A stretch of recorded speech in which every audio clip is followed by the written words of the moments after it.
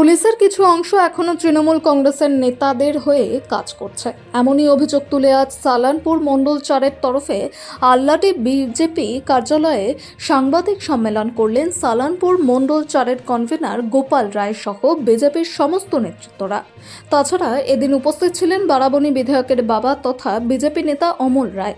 এদিন বিজেপির তরফে জানানো হয়, এক মামলায় যেটা হাইকোর্টে বিচারাধীন সেখানে কিভাবে লোয়ার কোর্টে বেল পাওয়া যায়, সেই কারণেই আসানসোল দুর্গাপুর পুলিশ কমিশনারেটের তরফে সেই পুলিশ অফিসার SI সুশীল কিস্কুকে সাসপেন্ড করে এবং যে কাজ পুলিশ 15 দিন ধরে করতে পারেনি সেটা 4 ঘন্টায় করে দেখায়।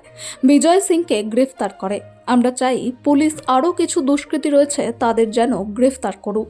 তাছাড়া এলাকার বিভিন্ন সমস্যা ও উন্নয়ন নিয়ে আলোচনা করা হয়। উন্নয়ন যেটা দীর্ঘ বামফ্রন্ট 34 বছর কোনো কাজ করেনি, 34 বছর, তারপরের 15 বছর হচ্ছে তৃণমূল কংগ্রেস। আমরা যখন ভোটের প্রচারে বেরোচ্ছিলাম, গ্রামে গ্রামে দেখছিলাম মহিলাদের কি জলের কষ্ট। মহিলারা আমাদের কাছে দাবি করলো, আপনারা যদি সরকারে আসেন অন্তত জলের ব্যবস্থাটা করুন, আমাদের খুব কষ্ট হচ্ছে। তো আমাদের প্রথম প্রায়োরিটি হচ্ছে পানীয় জলের ব্যবস্থা করা। দ্বিতীয় কাজ হচ্ছে রাস্তা, তৃতীয় কাজ হচ্ছে বিদ্যুৎ, যেটা মানুষের ন্যূনতম ধরুন চাহিদা। মানুষ বাঁচতে গেলে যে জিনিসগুলো প্রয়োজন, ন্যূনতম প্রয়োজন হচ্ছে রুটি কাপড়া মকান, অর্থাৎ অন্ন, বস্ত্র, বাসস্থান, শিক্ষা, স্বাস্থ্য। তো বাঁচতে গেলে এই 5টাই যে বিগত সরকার যারা, তারা তো সিপিএমের এই যে তৃণমূল সরকার ছিল, 5টা ডিপার্টমেন্ট যে 5টা কথা বললাম, 5টাতে তো চর্যবৃত্তি করে বাংলাকে শেষ করে দিল। মানুষের উন্নয়ন, শিক্ষা ধরুন আজ কোন পথে চলে গেছে বাংলার শিক্ষা। স্বাস্থ্যর অবস্থা দেখলেন, আর কি কর শিক্ষার দেখলেন যে মেধার কোনো দাম নেই এখানে। পশ্চিমবাংলার মেধারা রাস্তায় পড়ে রইল, সাদা খাতা জমা দিয়ে শিক্ষকের চাকরি হয়ে গেল। মানুষের ন্যূনতম যেটা গরিব মানুষের গম, রেশনের গম, চাল পাওয়া যায়, সেই গমটাও বাজারে বিক্রি হয়ে গেল গরিব মানুষের খাবার। তো মানুষ এর প্রতিবাদ করেছে, নিশ্চয়ই প্রতিবাদ করেছে।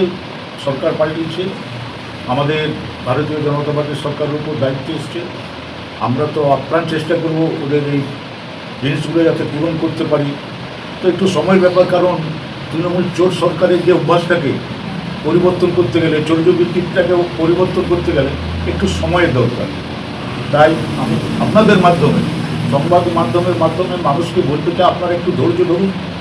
আমরা আপনাদের আশা করি সব কাজ ভারতীয় জনতা পার্টির সরকার পূরণ করবেন। তার একটা প্রমাণ হচ্ছে এই যে লক্ষ্মী ভাণ্ডারের বদলে আপনার অন্নপূর্ণা ভাণ্ডার, যেটা আমরা প্রথম বলেছিলাম পূর্ব 3000 টাকা, সেটা চালু হয়েছে। ধরুন স্বাস্থ্যসাথীর কার্ডের বলে এই কার্ড আয়ুষ্মান ভারত চালু হয়েছে। 100 দিনের কাজ প্রকল্প নেক্সট ইয়ার চালু হবে। বার্ধক্য ভাতা, বিধবা ভাতা সব চালু হবে, সব করবে আস্তে আস্তে ধীরে ধীরে আমাদের সরকার করবে। আমি আপনাদের মাধ্যমে সাধারণ মানুষকে বলতে চাই, আপনারা সহযোগিতা করুন। আমরা আপনাদের পাশে ছিলাম, আছি, থাকবো। কল্পনা আছে যেটা প্রধানমন্ত্রী আবাস যোজনা, আমাদের প্রধানমন্ত্রী আবাস যোজনা প্রকল্পটা চালু ছিল, কিন্তু আগেকার সরকার কি করলো, নাম পরিবর্তন করে সেটা বাংলা আবাস যোজনা করে দিল। তো প্রশ্ন হচ্ছে, প্রধানমন্ত্রী আবাস যোজনায় প্রধানমন্ত্রী টাকা দেবে আর নাম হবে বাংলা আবাস যোজনা, এটা কি করে হয় আমি তো জানি না। আমার সেটা তো মাথায় ঢুকছে না, ওনারা হঠাৎ নামটা পরিবর্তন করে দিল। এই যে রাস্তা তৈরি যেটা বলছেন, গ্রামে গ্রামে রাস্তা তৈরি, এটা কার পরিকল্পনা? আমাদের নরেন্দ্র মোদীর পরিকল্পনা, প্রধানমন্ত্রী সড়ক যোজনা পরিকল্পনা, সব তো কেন্দ্রের পরিকল্পনা। কিন্তু বাস্তবে তো এরা করলো না। এরা করলো কি, এই গরিব মানুষের টাকা, আবাসনের টাকা কাট, মানে 1,20,000 টাকা আসছে, 20,000 টাকা তাদের গুন্ডাদের জন্য, গুন্ডা ফি যাকে বলে, 20,000 টাকা দিতে হবে, নাহলে বাড়ি পাবে না। এইসবের পরিবর্তন আমরা করব। আমাদের একদম সুস্থভাবে, শান্তিভাবে, স্বচ্ছভাবে সরকার চলছে এবং আশা করি চলবে, কারণ তার প্রমাণ এই 1 মাস তার প্রমাণ পাচ্ছে। বড় বড় তৃণমূলের ক্রিমিনালরা অ্যারেস্ট হচ্ছে, এমনকি কাউন্সিলররাও অ্যারেস্ট হচ্ছে, যারা চর্যবৃত্তির মধ্যে যুক্ত ছিল তারাও অ্যারেস্ট হচ্ছে। ছাড় কেউ পাবে না, এখান থেকে কেউ ছাড় পাবে না। বেকার বেকার যুবক যুবতীদের জন্য কিছু প্রকল্প পরিকল্পনা আছে, যেটা 1,500 টাকা ছিল যুব সাথী, সেটা ডবল হবে না, রোজগার কিন্তু আমার মতে বলে এই ভাতা দিয়ে বেকার সলভ করার থেকে শিল্প নিয়ে এসে সলভ করা সবচেয়ে ভালো জিনিস। তো আমাদের পশ্চিমবঙ্গ সরকার এখন চেষ্টা করছে, বড় বড় শিল্পপতিদের সঙ্গে যোগাযোগ করছেন। এই রিসেন্ট মনে হয় হাওড়ায় দেখবেন একটা আমুল ফ্যাক্টরি তৈরি হচ্ছে, আমুল দইয়ের ফ্যাক্টরি তৈরি করছে, এটা একটা বিরাট পরিকল্পনা।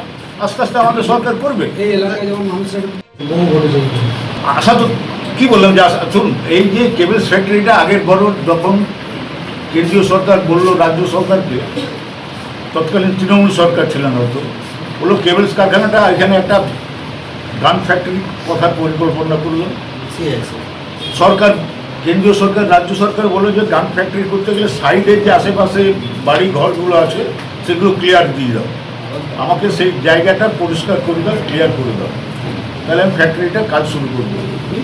দিল না। যেমন আমাদের বর্ডারের জায়গা দিল না, বিএসএফ ঢুকছে সব, আগে সরকারের দৌলতে তার কাটা যেতে পারেনি, জায়গা দেয়নি, বেড়া হয়নি, যা হয় ওরা দিল না, অথচ উন্নয়নের কথা বলে ভোট চাইছিল। তো মানুষ তো অত বোকা না, বাংলার মানুষ। বর্তমানে তো আপনাদের সরকার রয়েছে, এখন আপনারা কি পদক্ষেপ নিচ্ছেন হিন্দুস্তান কেবলস থেকে? এখন পরিকল্পনা আমরা যাবত চেষ্টা করব যে একটা কিছু করার জন্য। তো নিশ্চয়ই এই যদি কোনো শিল্পপতি বলে জায়গা নেই, তো আমরা জায়গা দেবো। তো শুধু হিন্দুস্তান কেবলস না, সেন্ট্রাল সাইকেল ফ্যাক্টরি বিরাট জায়গা আছে, হিন্দুস্তান পিলটন গ্লাস ফ্যাক্টরি বিরাট সাইজ জায়গা আছে। আমরা তারা যদি বলে যে জায়গা এখানে পশ্চিমবাংলার শিল্পের জন্য জায়গার অভাব হবে না, আপনি করবো যাতে এখানে শিল্প হয়, বেকার সমস্যার সমাধান হয়। কথাটা বললাম, আগে তো সরকার চেয়েছিল যে উঠিয়ে দাও, আমরা এখানে ফ্যাক্টরিটা করব। তো যারা সরকারে ছিল আগের, তাদের তো এটা ডিউটি ছিল, তাহলে তো গান ফ্যাক্টরিটা হয়েই যায়, বলেই তো এটা আটকে গেল। আচ্ছা, সরকার আসার আগে আপনারা বলেছিলেন যে লোকাল দেন্দুয়াই ফ্যাক্টরিগুলো আছে সেখানে সব বাইরের লেবার কাজ করে এবং স্থানীয় লেবাররা কাজ পায় না। এখনো বলছি যারা ছোট ছোট শিল্প, ছোট মাঝারি শিল্প যারা আছে, তাদের উদ্দেশ্যে বলছি, তারা তো একজন শ্রমিককে 12 ঘন্টা কাজ করাচ্ছে, 8 ঘন্টার পয়সা দিচ্ছে। আমরা তো বলেছিলাম যে 12 ঘন্টা কাজ করা যাবে না, 8 ঘন্টা কাজ করতে হবে, আর 3টে শিফট চালাও, যাতে আমাদের বেকার সমস্যার সমাধান হয়। আরও বেকাররা যাতে আরেকটা শিফট চালু হলে আরও কিছু আমাদের লোকাল বেকার যাতে চাকরি পায়, সেটা করতে হবে। সেটা তো আমরা আছি, এখনও চেষ্টা করছি, লড়াই করব, চলা যাতে হয়, পরিকল্পনাটা আমাদের সাকসেস হয়, তার জন্য তো আমরা লড়াই করবো। স্বাস্থ্য ব্যবস্থা তো বলুন তো, এইটা পিঠাকিয়ারি বলুন, নুনির হেলথ সেন্টার বলুন, আমাদের বলুন, এটা হচ্ছে 72 থেকে 77 কংগ্রেস সরকার করে গেছে। তারপর থেকে যে বামফ্রন্ট সরকার এলো, তারপর থেকে তৃণমূল সরকার এলো, একটা স্বাস্থ্যের জন্য করেছে। এখন ওই দেখুন তো, যান নুনি হসপিটাল যান, এই হসপিটালে গরু থাকছে, গরু পেশেন্টের বদলে গরু বাস করছে, কুকুর বাস করছে। এগুলো কি ঠিক হবে? হ্যাঁ, এগুলো একদম চেষ্টা করব ঠিক করার জন্য। আমরা মানুষ আমাদেরকে আশীর্বাদ দিয়েছে কাজ করার জন্য, মানুষের কাজ করার জন্য আমরা করব ঠিক, কিন্তু ইট উইল টেক টাইম, সময় একটু লাগবে। কারণ এই সরকারের ওই যে অভ্যাস দাঁড়িয়েছে, কাটমানি খাওয়া অভ্যাসগুলো, এগুলো তো পরিবর্তন করতে হবে। এই কাটমানি খাওয়া পরিবর্তন করতে গেলে একটু সময়ের অপেক্ষা, অভ্যাসটাকে পাল্টাতে হবে। এই ঘটনাটা শুনলাম, জানলাম, আমি জানি না যে ঘটনাটা কতটা সত্যি মিথ্যা। পুলিশ তো সবে মাত্র, ধরুন সরকার তো এতে 1 মাস এসছে, ওই অভ্যাসটা তো পুলিশের রয়ে গেছে, পুলিশের তো ওইটাই অবস্থা তো রয়ে গেছে যে তৃণমূল সরকারের দাসত্বগিরি করা। তো সেই অভ্যাসটা তো একটু ছাড়তে দেরি হবে, বুঝতে পারছে না তারা বুঝতে পারছে না এটা যে বিজেপি সরকার, এখানে সরকারের আইন চলবে, শাসকের আইন চলবে না, এটা সরকারের আইন। যে ভারতবর্ষের আইন এখানে আছে, যেটা সিআরপিসি, আইপিসি, সেই আইন প্রযোজ্য হবে, চলবে। ফলে এই অভ্যাসটা একটু পরিবর্তন হবে। হয়তো কিছু পুলিশ আছে সেই অভ্যাসটা পরিবর্তন করতে পারছে না, কাটমানি খেয়ে অভ্যাস। তা নাহলে আপার কোর্টের অর্ডারটাকে ভাইলেট করে কী করে কোর্টে বেল হয়ে, আমি তো জানি না। তো ফলে কিছু পুলিশ অফিসার হয়তো আছে, কিন্তু আমি মনে করি না যে সব পুলিশ অফিসার পরিবর্তন হয়েছে, তারা নিশ্চয়ই সুশাসন পাবে। সেটা একদম পরিষ্কার বলছি, আমাদের সরকার সুশাসন দেবে, মহিলাদের সুরক্ষা দেবে, এটা একদম আমাদের দৃঢ় সংকল্প। এটা আমাদের বাস্তবায়িত করতেই হবে। সেই পুলিশকে তো সাসপেন্ডও করা হয়েছে, কি বলবেন এই বিষয়ে? যদি অন্যায় করে তার শাস্তি হবে না? আর যদি তাহলে তো আইন, এখানে আইনের শাসনটা কোথায় থাকলো? যদি পুলিশ হোক যেই হোক অন্যায় করবে তার শাস্তি পাবে সংবিধান অনুযায়ী, কিন্তু শাস্তি পাওয়া উচিত। মানুষের জন্য, সালানপুর মানুষের জন্য কি বার্তা দেবেন? এই তো নতুন সরকার, কি বার্তা দেবেন? এই তো মানুষকে বলছি, আপনারা চিন্তা করবেন না, আপনারা শান্তিতে থাকবেন। আপনাদের প্রথম ডিউটি, স্বাধীনতা পাননি আপনারা। বাংলার মানুষ, ভারতবর্ষ স্বাধীন হয়েছিল, কিন্তু বাংলা, পশ্চিম বাংলার মানুষ স্বাধীনতা পায়নি। যে 34 বছর আর এই 15 বছরে বাংলার মানুষ প্রতিবাদ করতে পারতো না, কণ্ঠরোধ করে রেখেছিল এরা। প্রতিবাদ করতে গেলে পুলিশকে অ্যারেস্ট করতো, মানুষ ভীত সন্ত্রস্ত।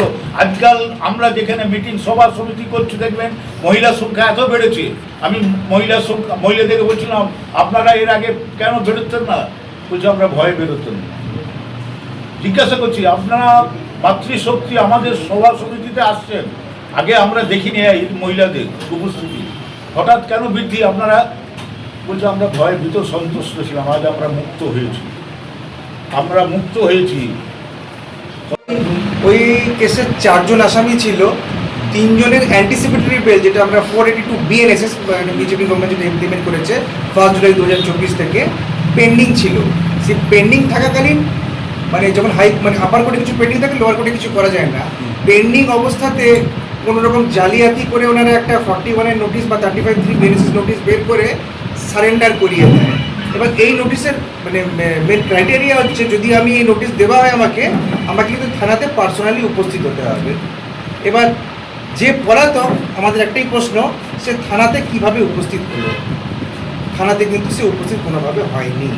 তা সত্ত্বেও দেখা যাচ্ছে এর নামে নোটিশ গেছে, ও নোটিশ কমপ্লাই করেছে, অ্যাটেন্ডেন্স হয়েছে এবং ও কোর্ট থেকে বেল নিয়েছে। পুরো প্রক্রিয়াটা কিন্তু একটা বড় প্রশ্নের মুখে চলে এসেছে। পুলিশের ভূমিকা কিন্তু এখানে প্রশ্নের মুখে। এবং একটা জিনিস বলি, পুলিশকে হয়তো মানে বাহবা দেবো 4 ঘন্টায় অ্যারেস্ট করার জন্য, মানে রাতারাতি অ্যারেস্ট করার জন্য, কিন্তু তার সাথে এই যে ঘটনা ঘটলো, এতে কিন্তু পুলিশের ভূমিকা আবার প্রশ্নের মুখে আসছে। এটাও কিন্তু মানে বলা বাহুল্য। যাও, এডিপিসিকে ধন্যবাদ এই ভোলা সিংকে অ্যারেস্ট করার জন্য। এটা আমাদের একটা দীর্ঘদিনের এখানকার রূপনাথবাসীর দাবি ছিল, সেটা পূরণ করতে পেরেছে। আজকে যতদূর জানি 6 দিনের রিমান্ডে ওনাকে নেওয়া হয়েছে। বাকিটা এখন কোর্টের সাবজুডিস ম্যাটার, বাকিটা কিছু একটা বেশি কিছু বলতে পারবো না এখানে দাঁড়িয়ে। এবার আইনের পথে চলবে। এবং আমাদের যে বক্তব্য ছিল যে শাসকের আইন না, মানে আইনের শাসন হবে, রুল অফ ল হবে অস্টিনের, সেটা কিন্তু প্রতিষ্ঠা হয়েছে আজ। তাহলে মনে হয় পুলিশ প্রশাসনের ক্ষেত্রে আরও অ্যাক্টিভ হওয়া দরকার। ওনারা যে প্যাসিভ রোল প্লে করছেন, সেখান থেকে বেরিয়ে এসে আরও অ্যাক্টিভ হওয়া দরকার এবং এই ধরনের যে ম্যাল প্র্যাকটিসগুলোকে বন্ধ হওয়া দরকার। নইলে কিন্তু মানে মানুষের শেষ ভরসা কিন্তু আদালত আর এই থানা। যদি সেখানে যেরকম ধরনের ম্যাল প্র্যাকটিস হয়ে যায়, তাহলে কিন্তু মানে সাধারণ মানুষ ভীষণভাবে মর্মাহত হবে। সেজন্য আমার মনে হয় জায়গাটাকে খুব ভালোভাবে দেখা দরকার, যাতে এই ধরনের ম্যাল প্র্যাকটিস ভবিষ্যতে না হয়। এটাই আমার অনুরোধ। আপনার নাম এবং পরিচয়? হ্যাঁ, আপনার নাম এবং পরিচয়? Subhadeep Ghoshal, advocate, Asansol court. Asansol court. আমরা বলতে চাই যে গতকাল চিটিং বেল করে আমাদের একজন আসামি, নাম আপনারা জানেন, সে বেল পেয়ে যায়। তারপর আমরা থানায় প্রতিবাদ করি। প্রতিবাদ করার সঙ্গে সঙ্গে একজন আয়োগকে সাসপেন্ড করা হয়, আর 4 ঘন্টার মধ্যে আসামি অ্যারেস্টেড।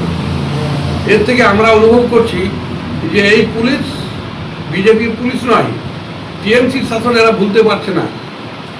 এতদিন ভোলা দিন খুঁজে পাওয়া যায়নি, আজকে হঠাৎ করে 4 ঘন্টার মধ্যে বেরিয়ে চলে এলো, অ্যারেস্ট হয়ে গেল।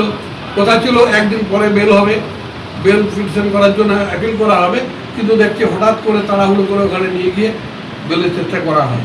তো এই ঘটনা থেকে আমরা মর্মাহত যে যেটা পশ্চিমবঙ্গ বিজেপি চাইছে, সেই জিনিসটা এখন আমরা করে উঠতে পারছি না এই সমস্ত পুলিশ অফিসারদের জন্য। আমরা চাই যে এর শাখায় আরও যারা আছে, বারাবরীতে আরেকজন আছে অসিত সিং, আমাদের সালানপুরে আসু তেওয়ারি, এরা যে সমস্ত কুকীর্তি করেছে, এদের অ্যারেস্ট করে তার প্রতিবাদ করা হোক। কোন পুলিশের কথা বলছেন? পুলিশ যে পুলিশ আজকে টিএমসি 15 বছরের অভ্যাসটা ত্যাগ করতে পারছে না, সেই পুলিশের কথা আমরা বলছি। মানে আপনি এখন যে শাসন চেঞ্জ হয়ে গেছে সেটা এরা বুঝতে পারছে না। আপনি কি বলছেন কি তাহলে সালানপুরের যে পুলিশ রয়েছে তারা এখনো তৃণমূলের হয়ে কাজ করছে? হ্যাঁ, তাছাড়া 4 ঘন্টার মধ্যে আসামি পেল কি করে, যেটা 15 দিন ধরে পাওয়া যায়নি। সেই আয়োর নামটা আমি জানি না, কি বলবো। যে সেই কি রূপনারায়ণপুর ফাঁড়ি না সালানপুর থানা?